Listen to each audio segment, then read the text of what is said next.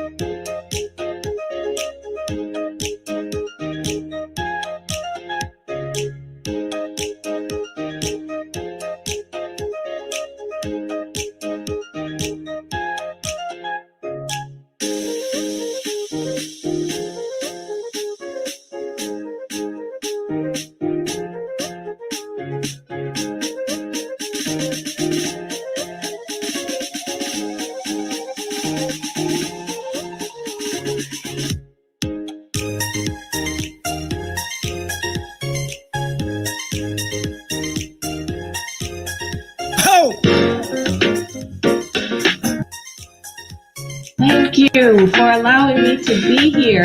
I would like to welcome you all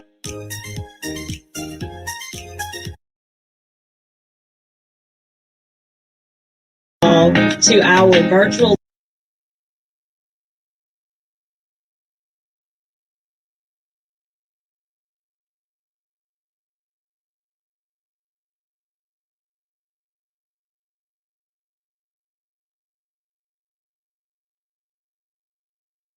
literacy event. Good morning, everyone. I'm Michelle Hardy, the Giving Guru.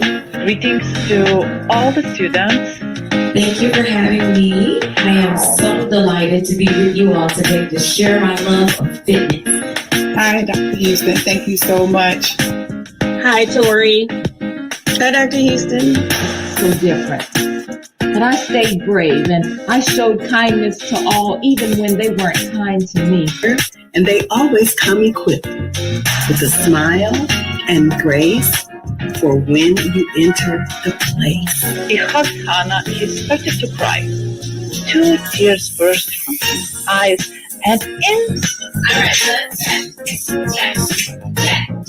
Ask your parents for choices. Our parents provide choices for you. It means so much to me and my daughter Bria, and also for other parents like children like Hannah. Tammy, wasn't this a great event? Oh, it was incredible.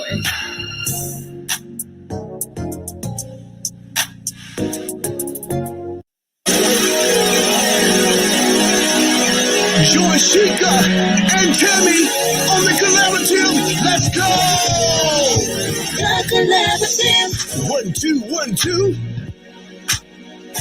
The collaborative. What's that time? On Facebook Tuesday at 7.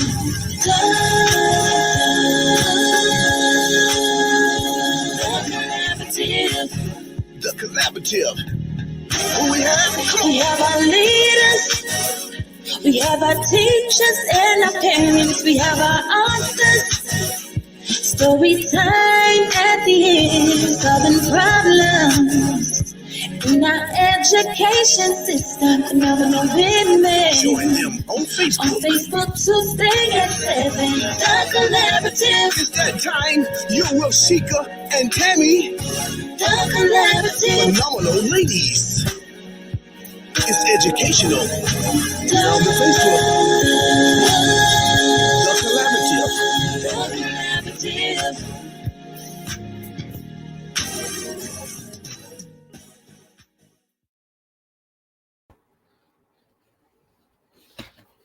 Hi, everyone. Welcome to this week's edition of the Collaborative. We are so excited to have everyone with us. Hey, Shika. Hi, Tammy. Yes, welcome, everyone. How are you today? I'm doing good. How are you? I'm good. Did you have a good day? We did. You know, it's that time of year where we're trying to connect everybody to their why. Yeah, and ours. Yes. Listen, we need to celebrate you because you had not officially been named to your new position. We were on last Tuesday. So we all want to say congratulations for this new adventure that you get to embark upon next year. Why don't you tell everybody, because they didn't get to hear what you're going to be doing next year. I'm sure people have seen it, but just share with our audience. Yes, thank you. It is the Director of Secondary Intervention. So I will be just helping schools and principals kind of like develop that growth model and just experience some of the growth that we've been able to achieve. So I'm excited to do something different. It is bittersweet. You know, I've been at CMS for 18 years, so that runs through my veins. Yes. But I am excited. So thank you. Yes, you will be phenomenal. I'm excited for you. Thank you. Well, Principal Hurt is on with us, and he also is going to be full-time next year as a consultant. So we are congratulations to you too, Principal Hurt. Yes, congratulations, Principal Hurt. He is doing very big things Awesome. out there, working with schools and just continuing to help lots of schools grow. So we are so appreciative of his help.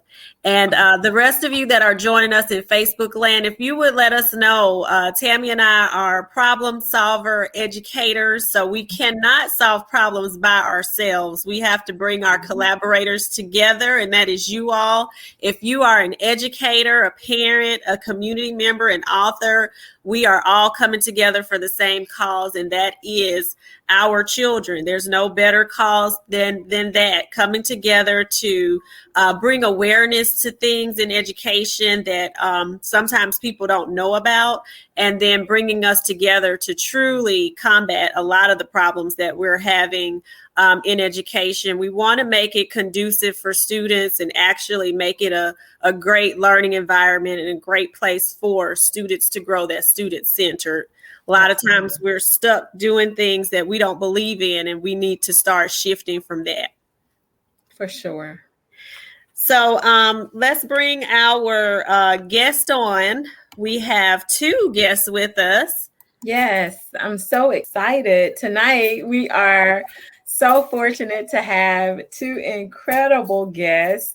And Shika, they are none other than Mr. Clif Adkins and Dr. Mary Felton. And then, of course, we'll have a fabulous author on later. Author Glow is going to be with us. Yes. So we're so excited to have you with us, Dr. Felton and Mr. Adkins. Thank y'all so much for joining us. Thank you. Yes, let's introduce him, Shika. I'll introduce Mr. Adkins. And it is so good to see you again, Clif. It's been a while. We are so excited to see you and hear of the amazing news that you guys are expecting. So congratulations again. Thank you. So let's introduce everyone, if you don't know Clif Adkins, to Clif. And Clif actually describes himself as someone who struggles with being normal, but feels he seems to be successful at being an entertaining outsider. I think he's pretty normal. Cool guy. He's absolutely a phenomenal guy. Yes. He's a storyteller with a background of nearly 15 years in education and school mental health counseling. His book, Martian, a non-science fiction guide for how to love, raise, and possibly be someone not quite human, speaks of his experiences working with individuals who exhibit abilities, maturity, drive, or intellect on a level that cannot be attributed to their nature or their nurture. His work includes forming a system that empowered students to avoid gang life, developing individual and school-wide behavioral programs, and creating visual strategies for leaders, teachers, and students alike. His professional career began in Chester, South Carolina. Yay, we're so proud to say that Clif worked here with us, where he was an educator, counselor in connection with the Freedom Writers Foundation. Here, his focus had primarily been on community outreach and activism. His journey as an educator and counselor currently has him in the mountains of West Virginia, providing counseling for all ages, leading professional development workshops, and assisting in creating opportunities within programs for students with disabilities. We are so glad to see you again and want to welcome you to the Collaborative, Clif. Thank you for being with us tonight. Thank you for having me. I appreciate it. Definitely. And also joining us is Dr. Mary Felton. She holds a PhD in education with a specialization in educational leadership. Using effective learning strategies, Dr. Felton studied her way out of poverty. After receiving her GED, Dr. Felton graduated from the College of Albemarle with an associate in business administration. She also earned a Bachelor of Science degree in business administration from Elizabeth City State University, earning honor distinctions cum laude, and earned a master's degree in education from Old Dominion University. Years later, she graduated from Cambridge College with a certificate of graduate studies in educational leadership. Dr. Felton is a member of numerous honor societies, including the Golden Key International Honor Society, Alpha Chi Honor Society, Kappa Delta Pi International Honor Society in education. She began her career in education over 25 years ago as a substitute teacher. Dr. Felton has served in various capacities, including business teacher, assistant principal, interim principal, and educational consultant. Dr. Felton was one of the founding board directors for the Elaine Riddick Charter School and served as chairperson. She is the co-host of a radio show, Parenting 101. She provides tips and strategies for parents to help students succeed in the classroom and beyond. She is currently working on a book to help struggling readers. Dr. Felton is the author of a book entitled Learning How to Learn, A Guide to Effective Teaching and Learning Strategies, and The Learning Journal and the Reflection Journal of Educators. Her books are available on Amazon.com. Thank you all for being with us. And everyone that joins us on the Collaborative always tells us what they are reading. So what are you all reading? Dr. Felton, I'll let you go first. Okay. I am currently reading a framework for understanding poverty, and it's by Ruby Payne. You all may have heard of that particular book, but I'm currently reading that book. Okay. Yes, that's an awesome read. What about you, Clif? I'm reading a couple of books, bouncing back and forth.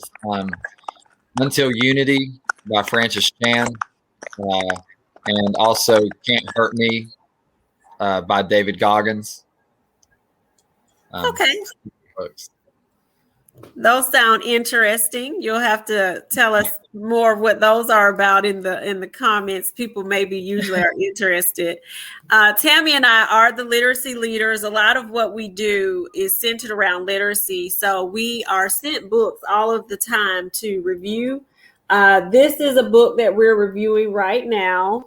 It is The Untold Stories of the Underground Railroad, and it's actually from the company Color of History. So it is a coloring book along with history included in the coloring book. So as children or adults are coloring, there's also passages about African American history that can, be used as learning tools. So adults have began to order them as well as for children. So they have become very popular. That's great. On this day in history, because we are an education show, we always like to use or include an educational fact. So on this day, the father of Pan-Africanism, W.E.B. Du Bois, was awarded the NAACP Spingarn Medal on June 1st, 1920 for his work founding the Pan-African Congress, which was a series of gatherings aimed at addressing the issues facing Africa as a result of European colonization. And so lastly, when our guests come on, we like to do a quick game of Would You Rather. This is just so we can get to know you and the audience can get to know you. Now, Clif, I know you because you used to work at our school. Right. But we also want the audience to become familiar with you. So this or that is an engagement strategy that can be used by parents. It can be used by teachers, just to try to engage your students and get that level of engagement up. So are you a front row person or a back row person? The answers to these questions really is just going to tell me a whole lot about people. I'm a back row person. Yeah. What about you, Mary? I think I may be a front row person. Front row. I'm definitely a front row person. Tammy, what about you? Front row for sure. Yes. All right. Are you a project person or a test person? I would say projects. Project. Mary? I would say person. Projects. Tammy, what about you? Both. I love tests though.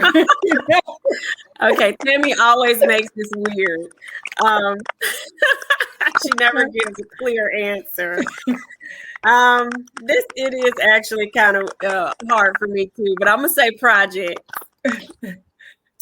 All right, computer work or book work? Ooh, maybe computer work, probably. Computer work. Yeah. Mary? I would say computer work as well. Computer work. And it's almost 50-50 to be honest, but I'll lean more towards the computer work. Okay. Tammy? Book, probably book. Yeah, now I'm pretty old school when it comes to that. I'm a book person. I like to write on pages. I like pages and books. So I'm not an ebook person. I like paper. All right. And Mary, it's a little bit of feedback on your end. I'm gonna put you backstage and see if you can get that worked out, and then I'm gonna bring you back up. And while Mary's working on that, Clif, let's talk a little bit about your book. Tell us why you believe the material in your book is something that can help children. Well, one of the main reasons that I really buckled down and finished putting the whole book together was because of a student. I was in a counseling session with one of my middle school students, an 8th grader, and I saw something in him that he couldn't quite articulate himself. A lot of potential kind of locked up inside of him, and I started talking about the material in this book, and I kind of pitched it to him like, I may be wrong, but I feel like I'm right when I'm talking about you. I feel like this will land with you well. And it looked like someone had lifted like a burden off of his shoulders.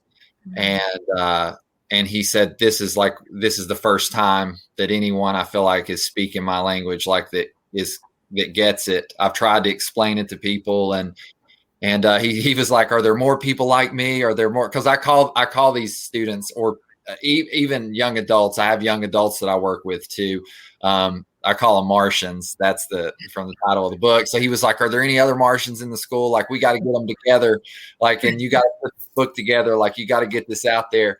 And so I definitely credit that student with really pushing me. And it's those students that they don't really pop on the radar a whole lot because of the fact they're never hardly in trouble.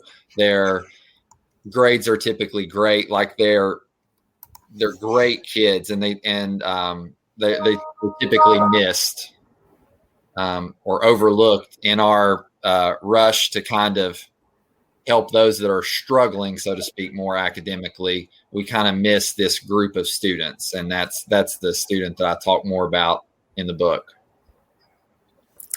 That's awesome, Clif. And with you being a counselor, I'm sure that you use it a lot. Have you also recommended it to other counselors, and how could it help other counselors at other schools as a resource? How could they use it, or even educators?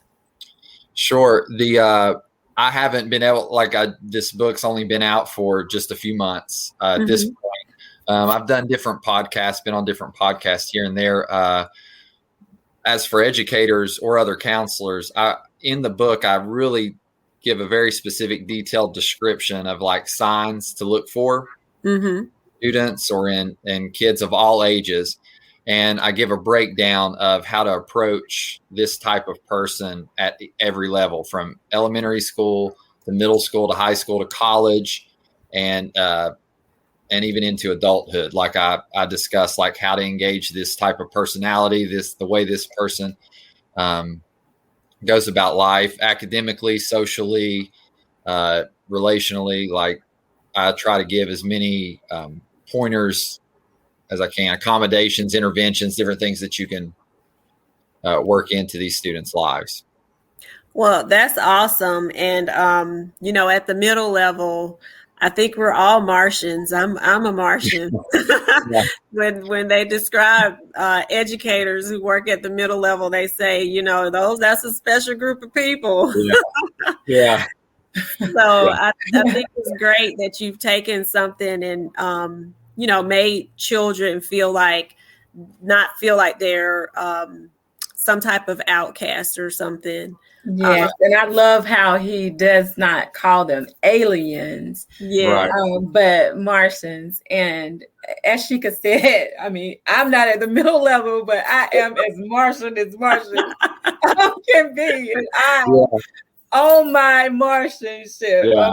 I'm okay with that. So I applaud you too for being able to speak the language of those students who do need that voice sometimes, because they think that something's wrong, because that whole sense of normal is relative. It's relative to whomever is identifying what the norm is. Like, so it's an interesting thing.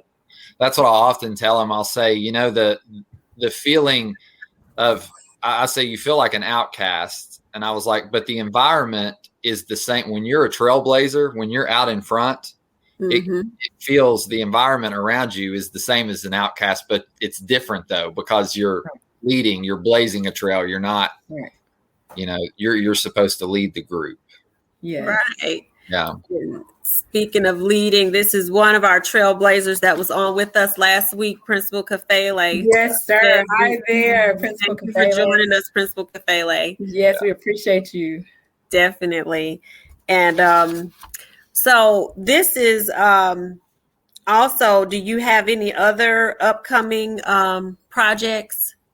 Yeah, I've started taking the book. The book is full of more concepts and, like I said, signs and symptoms. I've started writing a book to put it in storytelling form. Characters that display these certain characteristics and how parents go about it, how their school teachers go about it. Okay. Yeah, and different things like that. And then started to take some of the professional developments that I've done with teachers and counselors and started to actually put pen to paper and make those into books. Yeah. It is. And in education, a lot of times I've heard other people talk about, as far as professional development goes, a lot of times as teachers or as educators, we kind of gravitate towards the students that are like us. Or who we can mostly identify with. So, when you have these types of students who you may not be able to identify with, a book like this would be helpful, because you have to be inclusive to, everyone that is in front of you, everyone that's in your classroom. Right. We definitely applaud you too, Clif. We know that when you were in Chester, the kids absolutely gravitate to you. So I love those kids. I still keep in touch. Yeah, great. Yeah. That's awesome. Yeah. Well, thank you. I'm going to bring Mary back up. And let me share one more thing, because this was something else that I found on your page that I wanted you to talk about just briefly. Your contest that you participate in. Tell us about those. Like the obstacle course. Yeah. The Savage race, or the mud. I saw one was a mud race or something. Yes. Every year, just to keep myself motivated physically, I try to sign up for these crazy races that people far younger than me most of the time jump in and do. But I like to do those obstacle course races. I try to get in 2 to 3 a year, just to keep me on my toes, keep me working out and stuff like that. Yeah. So. That's good. And I saw one of your before and afters that you posted. So it was like a big difference. I have done some just 5Ks. Now one of my bucket list goals, we hear about this bucket list a lot, don't we, Tammy? She says it like just a 5K. It's legit, yeah. There's nothing compared to the Savage race. No, I was going to say, my goal is to do a marathon. So I'm not sure when I'm going to start training for that. Yeah. I had a lot of momentum going when the pandemic first ended, like all of that energy from being in the house, just wanted to start doing my 10,000 steps a day. So now I've got to get back on the stick. Yeah, we'll do it. But thank you for sharing. Yes, thank and you. We really admire the work you're doing. So thanks for being with us. Thank you. I appreciate the time. And please put in the comments, where the book can be purchased, and how people can get in contact with you if they would like your professional development and everything. That's on the Facebook feed if you want to share that in the comments with us. Okay. All right. Thank you. I'm going to bring Mary back up. All right, Mary. I think you're muted, Mary. Okay. Can you hear me? Yeah. Better? Much better. That is better. Wonderful. Again, thank you all for having me. It's just such a pleasure to be here. I watch your show all the time, and so it's just a pleasure to be a part of it. Thank you for joining us. We're so excited to talk with you. My pleasure. Definitely. And you also have your Facebook group that we share in. So thank you for allowing us to share there as well. My pleasure. So tell us about your learning journal. Okay, the learning journal has many benefits. It's a tool that allows the student to track the academic performance and monitor the thinking, as well as analyze study approaches. This is also a great tool for critical reflection, and it not only to help the student to just write information, but it helps the student with the self-knowledge to understand the self-awareness. Sometimes we have students and they may just not understand what strategy works best for them. So I thought it was important to help students understand it's not that they cannot learn. Sometimes they just may be using an ineffective learning strategy. And so that was one of the reasons I decided to create the Learning Journal. The Learning Journal has 3 guided questions.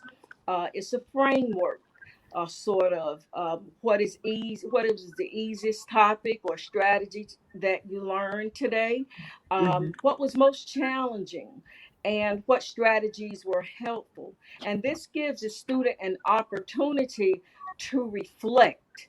And it also, there's an area in the Learning Journal, words to learn. We know how important vocabulary is, and increasing that academic vocabulary would allow the student to increase comprehension.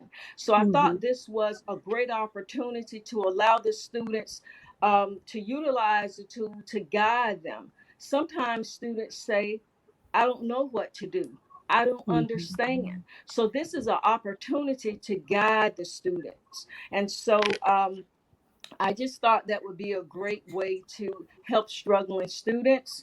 That was a part of my passion because I too was a struggling student, growing up in poverty, being raised by my grandmother who had no formal education. She was unable to read or write. She was unable to help me. And I repeated the 4th grade. So I understand and I can relate to students who are struggling, the shame that's associated with it. And sometimes they will not ask the question, they will not raise their hand. So this journal is a tool that will allow them to express themselves. And so it can definitely be utilized by the parent, or even the parent could share this during a teacher conference, because they will be able to monitor the child's progress, the study patterns, and to be able to discuss any concerns that they may have.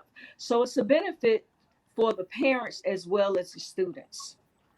Yes, that it sounds awesome, Mary, and thank you for sharing your journey as well. I think those types of stories are even important for students to hear, because when they see a finished product like yourself, that you have gone on to gain your PhD, you have done some very great things, and is a successful person, that lets them see this is what's possible for me. No matter where I am right now, I can still make gains or achieve my goals. So I appreciate you sharing your story. That's awesome. It really is. And the vulnerability that you allow yourself to expose parents to is also, I think, something that can help parents of students who sometimes struggle, because sometimes parents don't know how to accept what's going on with a child who might be just at that place where they just aren't getting it for whatever reason. And you're proof that the wherewithal to stay with it will, result in success in the end. So I applaud you. And as Sheikah said, we really appreciate you being willing to share that vulnerability with our audience, for educators and for parents. And I often and students share too. With parents doing a radio show that I co-host, Parenting 101, and I share my story. And I also encourage the parents to continue to motivate the students. When I'm asked what was some of the, what were some of the factors that I feel contributed to my success, I always say that despite the fact that my grandmother was unable to read and write, she always motivated me to do my best, and she That's awesome. always told me to believe in myself. And so, self-efficacy is it's important. And, she would always give me a Bible scripture, Philippians 4:13. I can do all things through Christ who strengthens me. And I can tell you that believing in your abilities, it is just vital that parents understand to encourage students to never ever give up and to believe in themselves. And so, that is one of the things that fueled me, just having that passion, because that's my life story, and I enjoy sharing it with students, with teachers, because they need to know. Look That's true. beyond a child's circumstance. Look at what they can be. You need to believe in the students and help them believe in themselves, because as an educator, I've been in the classroom and I've had those situations where some students there was self-doubt. It was evident. But you must encourage those students. You must believe for them until they believe in themselves. That's awesome. Does the journal have affirmations like that in it, Mary? Yes, I have several quotes. I have one quote: "The whole world opened up to me when I learned to read." So I have that particular quote, and I have some quotes in the learning journal.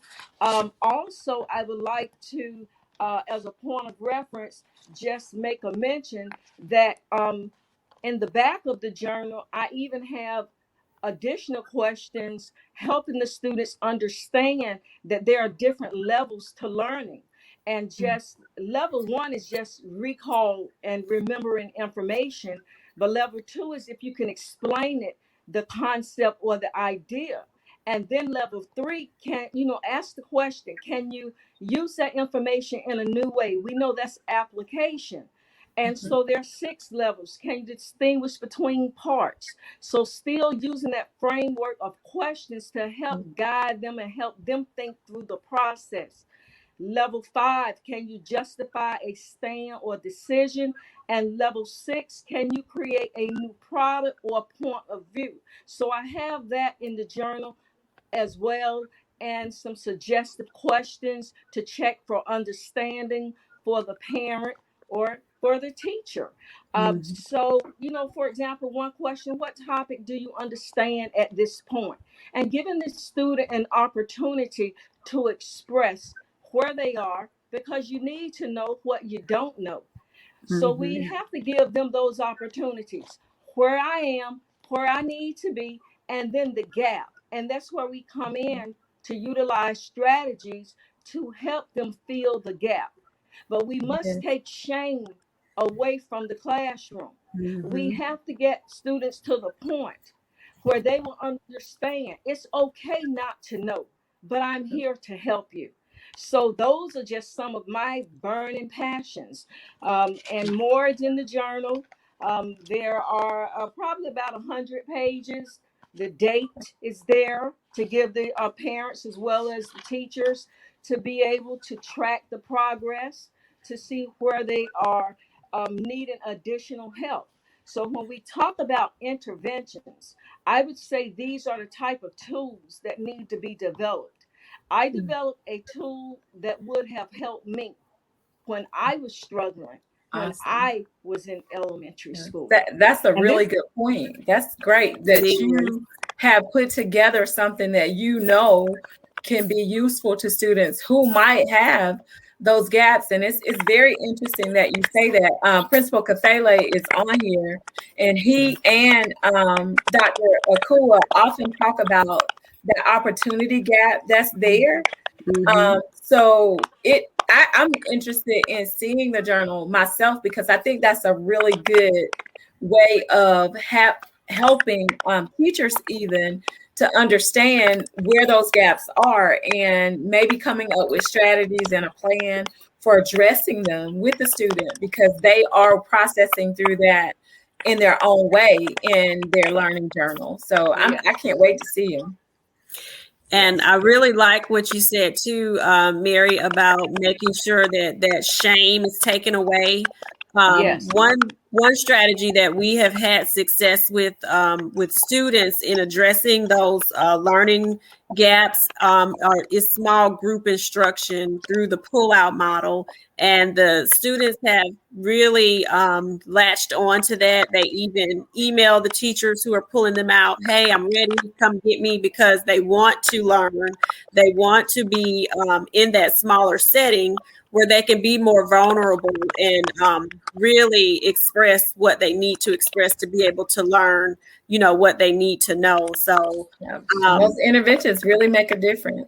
They do. Yes. They really do. Yes, they do. And we also reiterate to students that they all have genius. We just have to find out, whatever that genius lies, wherever it lies, they all have it. We have to find out. They do. Yes, because what we would like to see is students understanding. We always talk about critical thinking, but to analyze their learning approaches to determine what works, what does not work, and also to confidently execute what works. We have to build that confidence, and we talk about metacognition, thinking about your thinking. And to shift, we know we talk about the teaching, but we need to talk about the learning. We definitely need to talk about the learning and the strategies that will enhance as well as engage students. Because when students are engaged, we know that we have that connection. Right. So this is just a picture of the learning journal as well as your book, Learning How to Learn. So if you would, Mary, put that in the feed, in the comments of how people can purchase your book, the website where it can be purchased. And if you are interested, make sure you pick up a copy of Mary's book as well as Clif's book. In working with students. And Mary, just for clarification for everybody, the learning journal is a consumable journal? Yes. And both of these are available on Amazon.com. The Learning How to Learn is also available ebook, but both of these are available on Amazon.com. Okay, thank you. And I would be happy to come in and provide some professional development. Just let me know. Thank you. Thank you. Thank you all so much for being with us. I'm going to put you backstage, and if you want to hang out, you can. If you do have some other obligations, we understand, but we have gotten to story time, so we really appreciate you being with us. Thank you. Thank you. Yes, thank you guys so much. Yes, thank y'all. And I don't see author Glow back with us, but I'm going to share my screen because we have a book that we are working with one of our authors, Mr. Giovanni Reef. He has a great story. Let me pull this up. And it actually is counselor centered. I'm going to pull up the picture first. Friend or Not, written by Jay Reef. So it is something that can be used by a counselor with students. I'm sorry, Tammy. Tell me, can you see the story now? I can. It's not full screen, but I can see it. Oh, okay. Let me see if I can make it full screen. I think that's making it worse. Yeah. Okay, we'll just leave it there. Okay. Friend or Not is a child's perception and a parent's insight.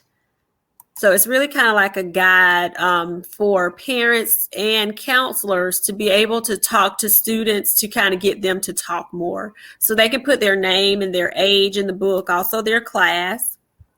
There's a dedication in the book as well. And then there's some directions on how to use the book with the students or your child.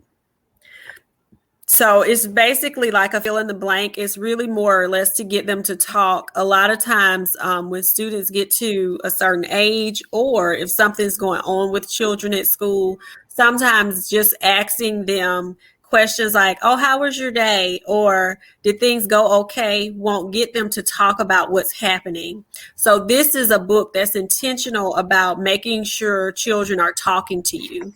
So it's saying, I like to talk to my friend, and they fill in the blank. And I'm going to pretend I like to talk to my friend Tammy. I like to play outside with my friend Bella.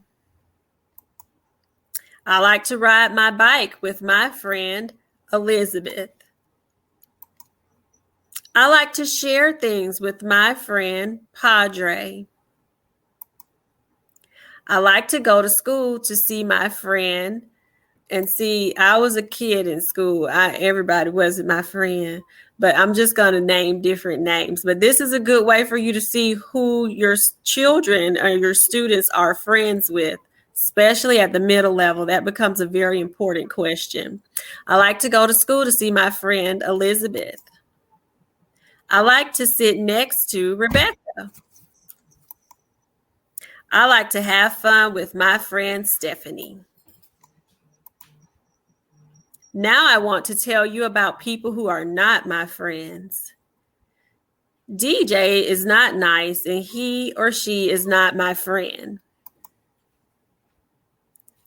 Billy is mean to me, and he or she is not my friend. Larry calls me names. He is not my friend.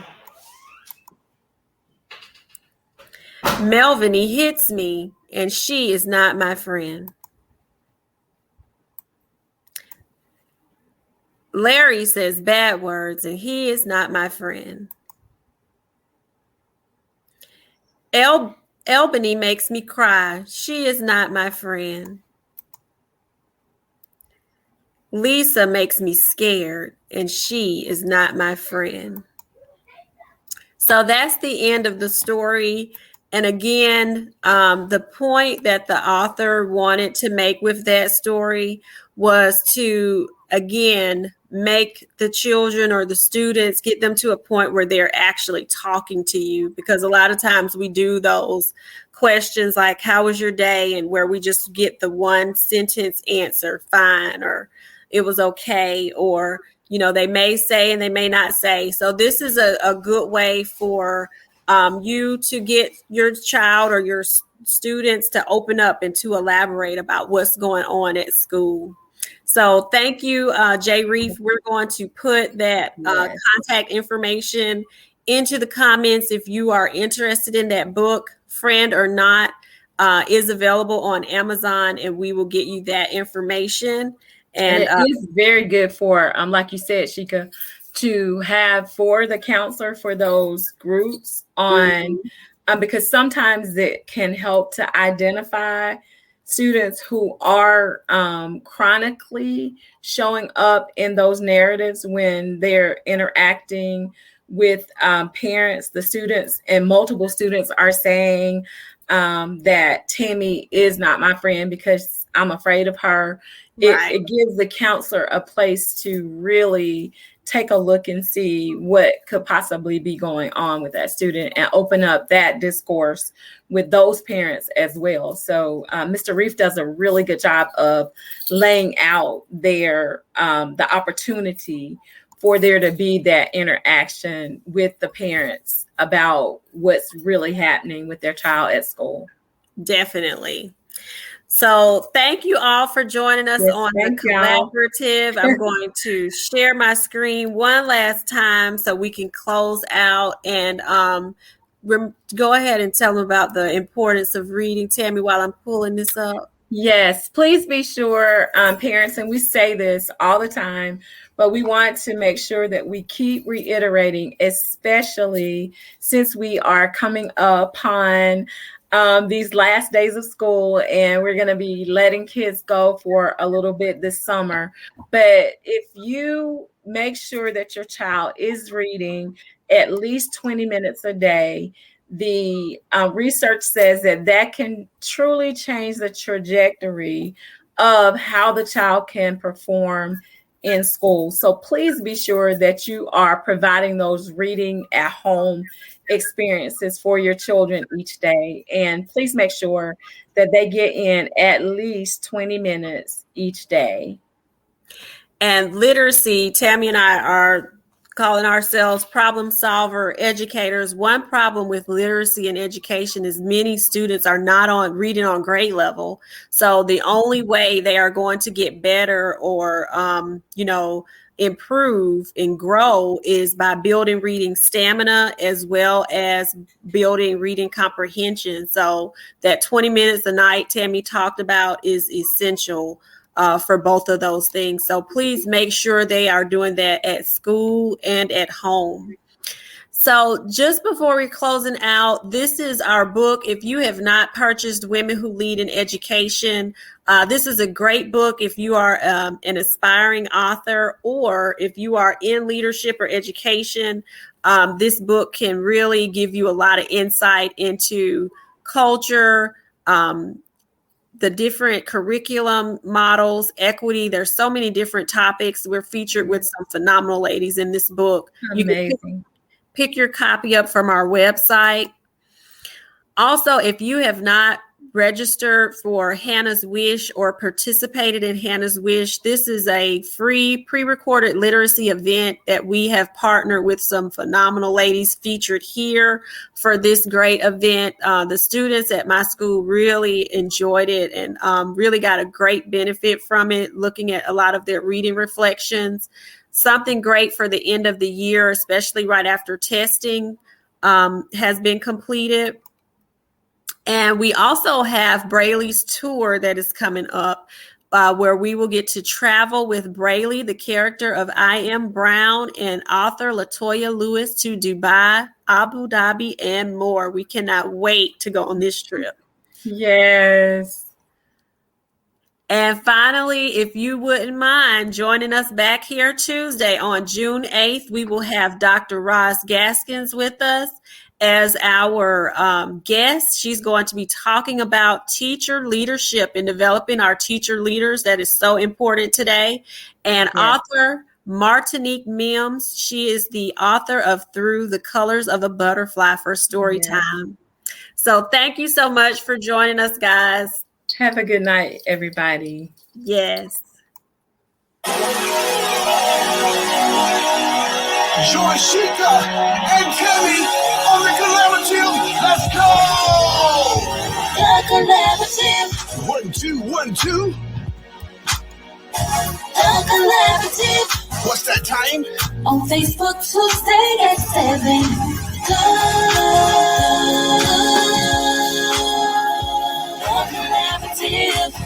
The collaborative.